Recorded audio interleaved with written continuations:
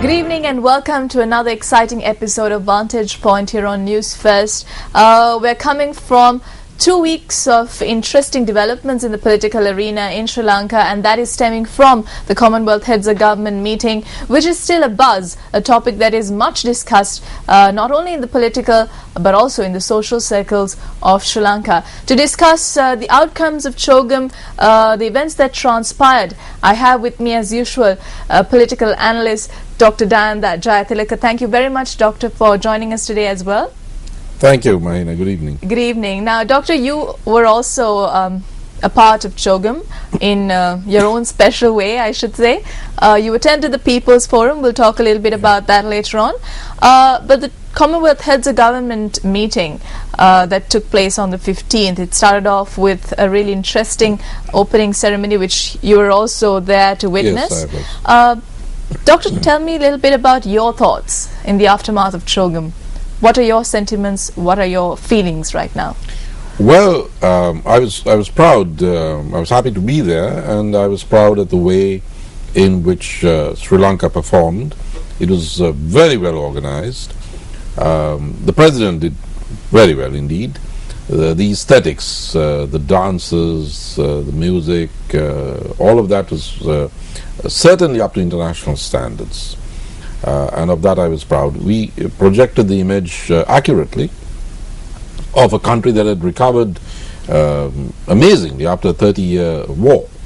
A country that was confident, that was self-possessed, that was on the move, and had a political leader who was warm and friendly, but also quite willing to stand his ground. So overall, I think we did well, and it was not easy to secure the chairmanship of CHOGM, of the Commonwealth, but Sri Lanka did it. So we now have a wedge or sliver of space in the international system in the face of a huge campaign against Sri Lanka. So on balance, it was a victory, but I say on balance because it was hardly an unqualified success. It was hardly an absolute or unqualified victory.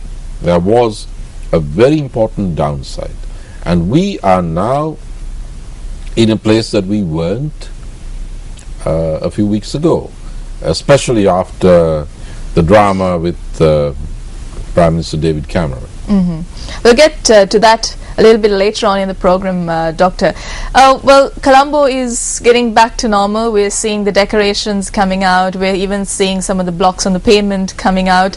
And also there was a lot of, let's say, Sri Lanka bashing at the conference. And not only did President Mahinda Rajapaksa have to answer those allegations, but also Commonwealth Secretary General Kamlesh Sharma came out very strongly against all these forces who were pointing the finger at Sri Lanka. What are your thoughts on his role as CHOGM unfolded in Sri Lanka? Well, Kamlesh Sharma has been very fair, very fair. It would have been quite easy for him to cave in, but he didn't. He was not a stooge of Sri Lanka's by any means, but he was a friend of Sri Lanka. We must also remember that he is a former Indian diplomat, and I think that the support he gave us was not only because it was the right thing to do, but also because India, behind the scenes, did assist Sri Lanka as much as it could. And even up front, Foreign Minister Khurshid of India did speak up for Sri Lanka on the international media. I've seen that. So I think overall we might not have been able to do it if not for the role played by Kamlesh Sharma.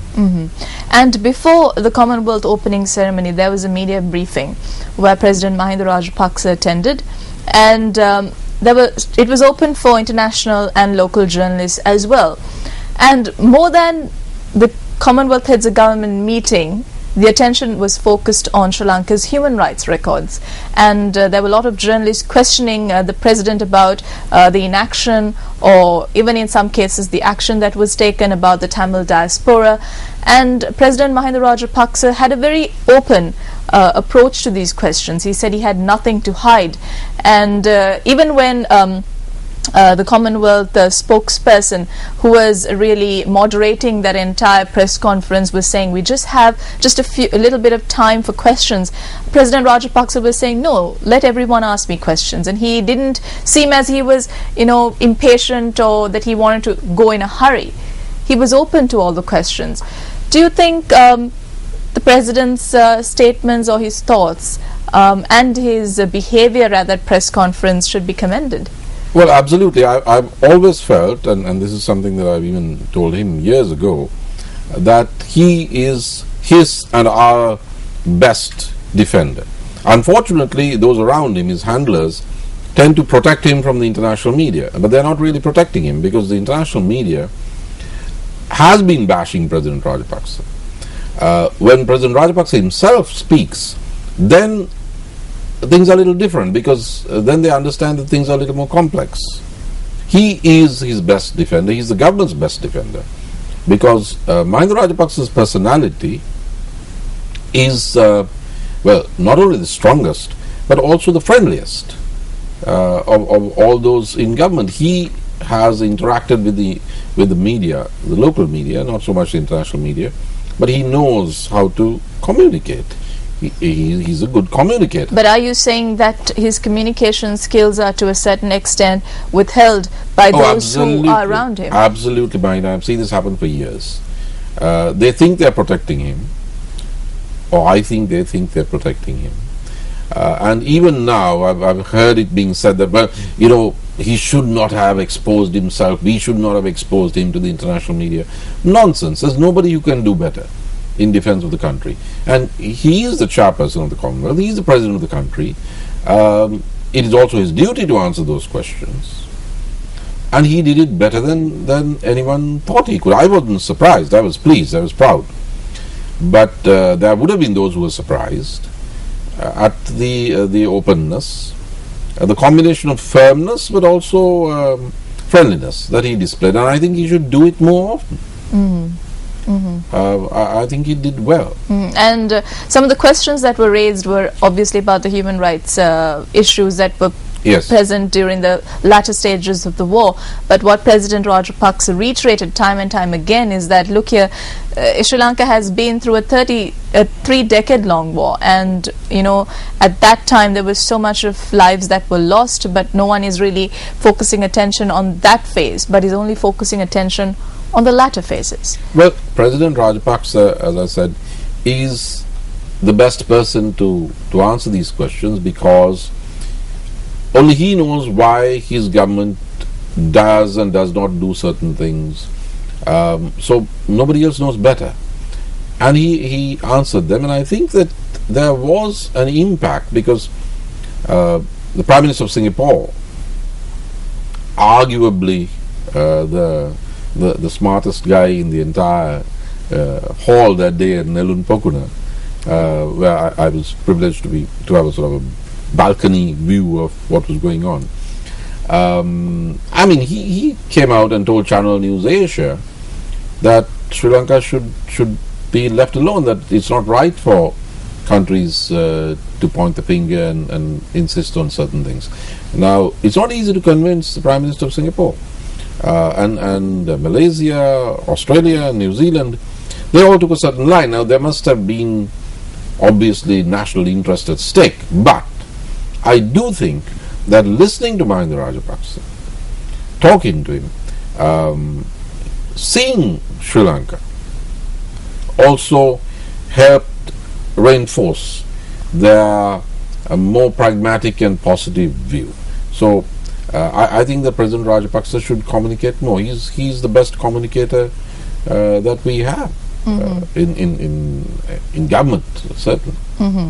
Well, before British Prime Minister David Cameron arrived in Sri Lanka, we saw the Channel 4 news team arriving and the reception that they received at the airport. There were protests that were held at the arrival terminal at the airport. There were Callum McRae and Jonathan Miller, and all of them were really taken by surprise by the number of people who had come to the airport to protest against their arrival, and they were even held in the airport for nearly an hour or so.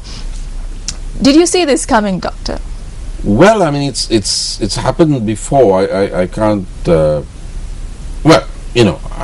Look at what happened with the impeachment of the Chief Justice, and before the demonstrations outside the United Nations office.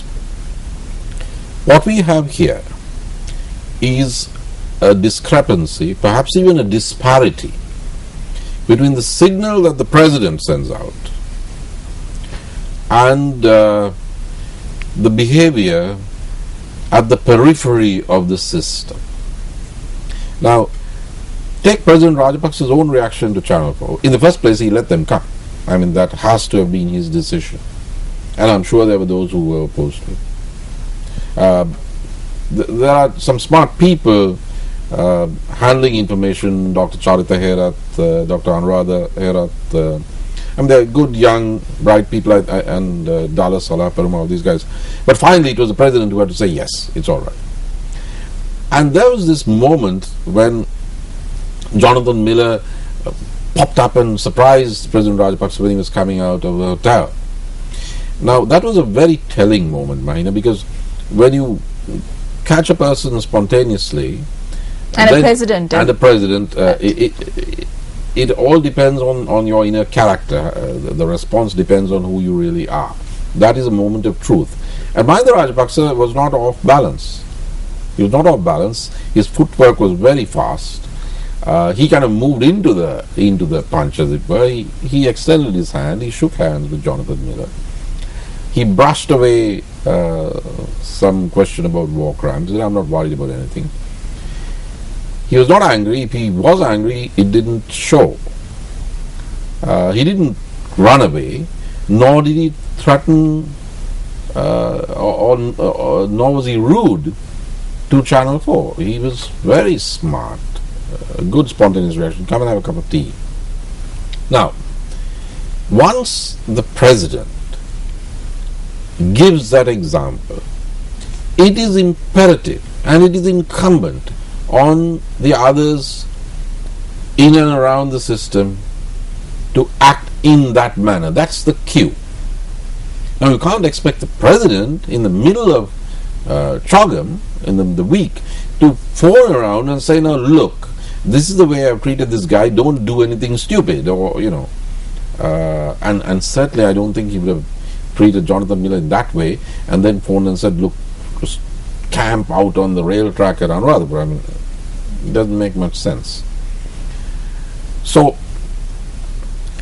either the left hand doesn't know what the right hand is doing and vice versa, or there are those who think that they know better than the President. But something went wrong. And what was the result? The result was that when Mahinda Rajapaksa shook hands with Jonathan Miller and invited him to tea, it showed supreme confidence. And Channel 4 was taken aback. Channel 4 had to relay that. That footage was there. It went out. And they had to record it. They had to say, look, this is what happened. They didn't know what to make of it because this is not the monster they had been told about. But within 24 hours, they had plenty of footage which played right to their narrative of this brutal regime and this mob rule and the thugs and so on that train, and then again at Sirikota.